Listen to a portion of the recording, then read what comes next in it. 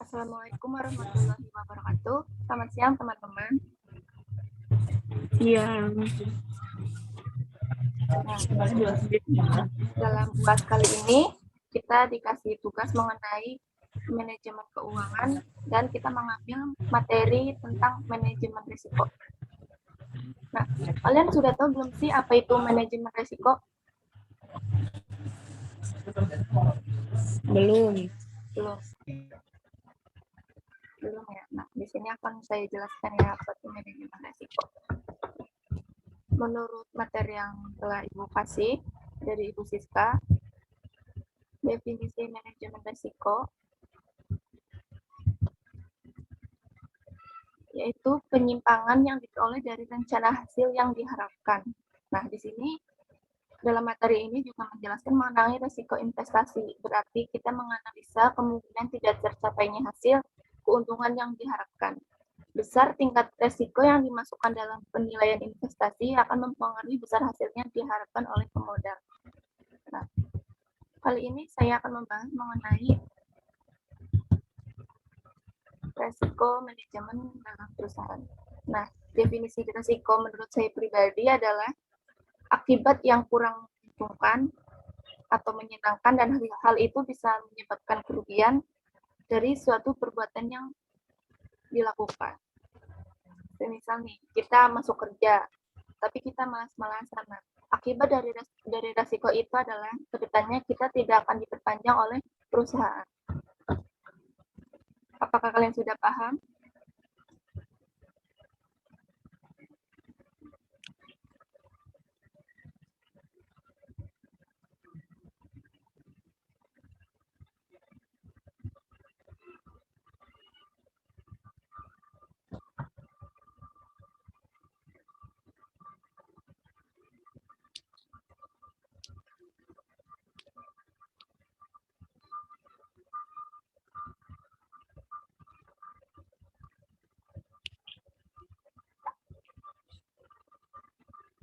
Halo teman-teman.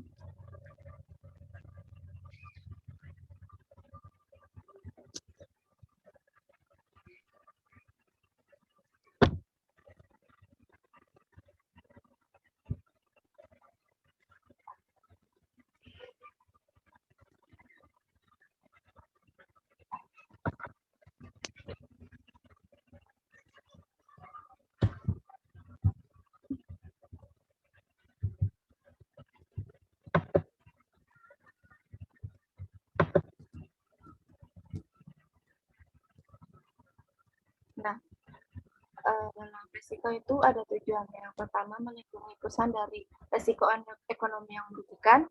Yang kedua, melindungi rencana keuangan tetap lancar dan tidak terganggu.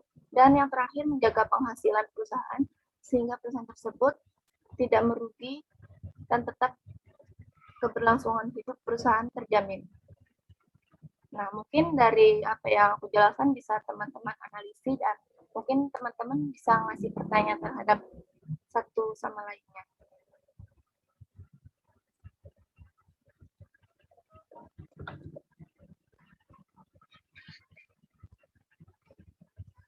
Ayo Mbak Sekar atau Mbak Fatma mau ngasih pertanyaan?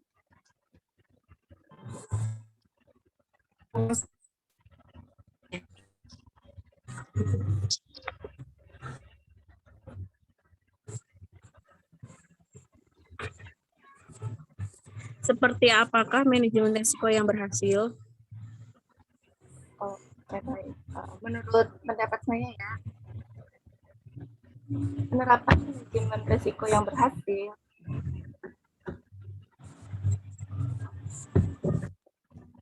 yang ditunjukkan dengan adanya identifikasi dan analisis risiko tersebut sesuai dengan tingkat kepentingannya. Semisal nih, risiko kita telat masuk kerja, kita analisis seperti apa sih identifikasi agar hal tersebut tidak terjadi. Nah, dan kepentingannya apa kalau kita nyampai telat masuk atau nggak masuk. Nah, risiko dimitigasi, dilacak, dan dikendalikan secara efektif. Permasalahan tersebut dicegah sebelum terjadi, dan pegawai secara sadar fokus pada apa yang akan mempengaruhi pencapaian tujuan tersebut. Nah, alangkah baiknya untuk menghindari hal ini, kita tidak bersikap malas-malasan dan selalu memasang alarm agar kita berangkat lebih pagi.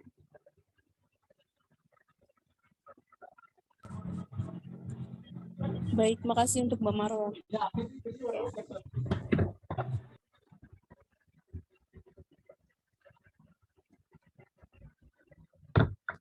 Nah, mungkin selanjutnya ada pertanyaan lain dari teman-teman untuk teman-teman lainnya.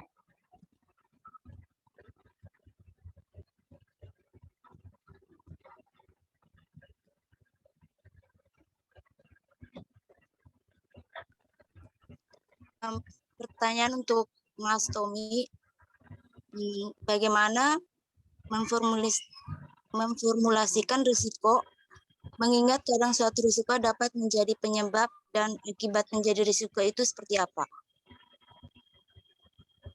Iya, baik. Izin menjawab. Penerapan risk management Departemen Keuangan contohnya menggunakan dokumen BSC, yaitu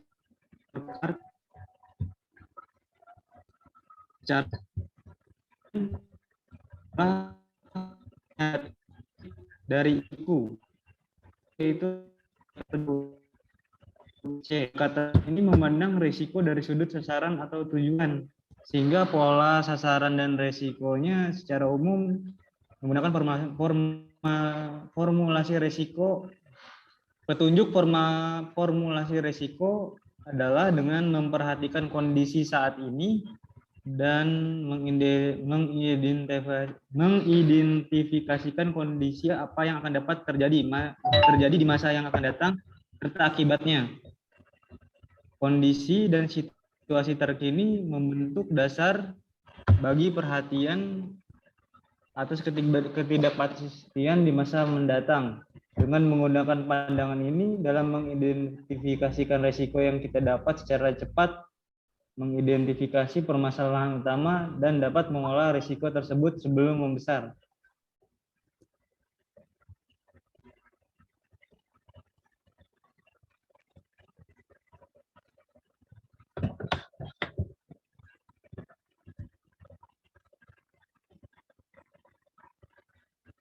Oke, selanjutnya mungkin ada Mungkin pertanyaan. cukup sekian.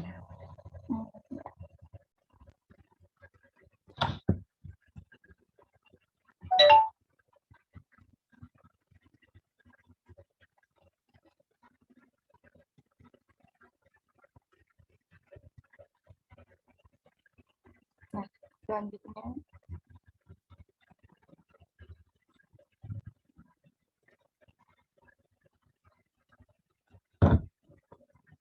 ya, pertanyaan selanjutnya mungkin dari Mas Tommy. Baik, selanjutnya pertanyaan untuk Mbak Sekar Ayu. Apa konsekuensi apabila tidak melaksanakan manajemen risiko? Baik, saya akan menjawab pertanyaan dari konsekuensi yang akan konsekuensi apa pimpinan tidak konsekuensi yang dilaksanakan maaf ya Allah, nggak fokus.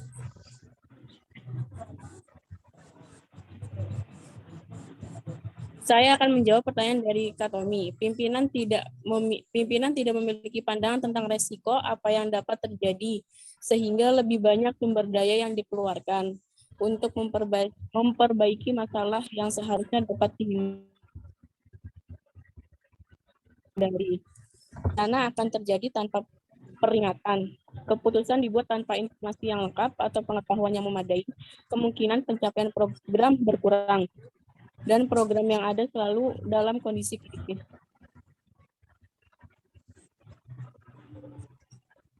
Jelas, Pak Tommy? Ya, cukup jelas, Mbak. Iya, makasih. Ya, terima kasih. Nah, selanjutnya saya akan memberi pertanyaan terhadap Mbak Watia. Nah, Jika saya menerapkan manajemen risiko dalam perusahaan, apakah hal tersebut dapat menjamin kesuksesan sebuah organisasi?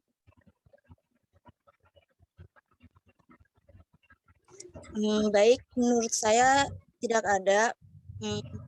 Ada banyak aspek untuk mencapai kesuksesan suatu program organisasi. Manajemen risiko bukanlah senjata ampuh. Meskipun demikian, manajemen risiko dapat meningkatkan kualitas pengambilan keputusan, membantu mengurangi kejutan-kejutan, dan meningkatkan kesempatan untuk mencapai sukses. Ya, Itu baik. saja, Mbak Marwa. Ya, terima kasih, itu dapat dimengerti. Dan selanjutnya mungkin ada pertanyaan lainnya lagi, mengingat materi masih banyak ya, cuma waktu tinggal sedikit lagi.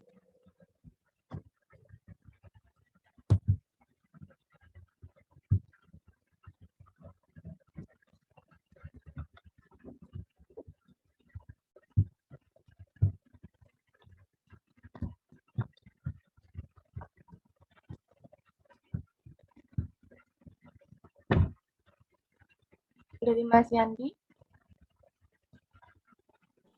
Mau nanya dong, untuk Mbak Marwa. Apakah dalam penerapan manajemen risiko harus menggunakan konsultan? Terima kasih. Kalau menurut saya, dalam manajemen risiko itu harus menggunakan konsultan. Karena belum tentu pendapat kita diterima rekan-rekan lainnya. Dengan menggunakan konsultan mungkin akan lebih menghindari hal-hal yang tidak diinginkan. Seperti itu, mungkin ada tambahan dari teman-teman lainnya.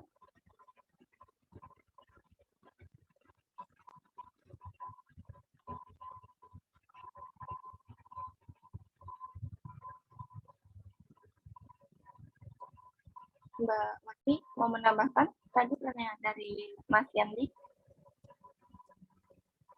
Enggak ada. Enggak ada yang lainnya? Itu aja. Enggak.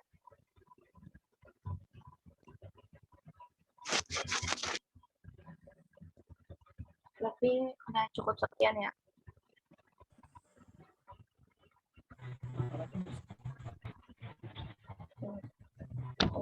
Akan saya tutup. Terima kasih buat teman-teman yang telah menyempatkan mendiskusikan mengenai manajemen risiko. Mengingat PPKM masih berlangsung, sehingga kita tidak bisa bertemu secara langsung, melainkan hanya bisa lewat Zoom meeting ini. Terima kasih bila ada salah kata. Assalamualaikum warahmatullahi wabarakatuh.